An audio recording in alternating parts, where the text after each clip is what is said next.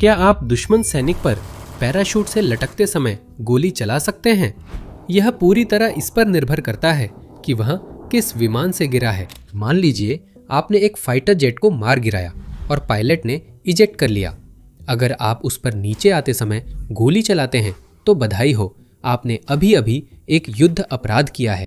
Geneva convention अनुच्छेद 42 के तहत संकटग्रस्त विमान से पैराशूट से उतरते व्यक्ति पर हमला नहीं किया जा सकता। जैसे ही वो जमीन पर उतरता है, आपको गोली चलाने से पहले उसे आत्मसमर्पण का मौका देना होता है। अगर वह पैराशूट इसलिए खुला क्योंकि आदमी सही सलामत ट्रांसपोर्ट विमान से कूदा था, तो क्या होगा?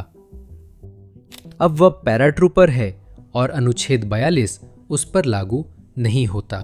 उसे हवा में ही गोली मारना पूरी तरह से कानूनी है और जैसे ही उसके जूते जमीन पर लगते हैं, उसे गोली मारना भी कानूनी है, क्योंकि जलते जेट से कूदने वाला पायलट भी डूबते जहाज का नाविक ही होता है, क्योंकि उसका विमान और हथियार दोनों चले गए। अब वह बस इस गिरावट में अपनी जान बचाने की कोशिश कर रहा है, लेकिन पैराट्रूपर ठीक उसका उल्टा है, वही हथियार है।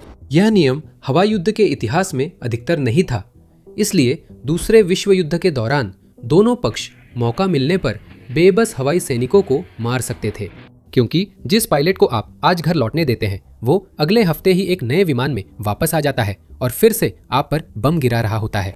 और यकीन मानिए 1970 तक किसी ने भी इस नियम को लिखने की जहमत नहीं उठाई थी, और सच कहूं तो इसे आज भी परखा जा रहा है। हाल ही में जब 2 अमेरिकी पायलटों ने ईरान में इजेक्ट किया, तो IRGC ने नागरिकों से कहा कि उन्हें देखते ही गोली मार दो।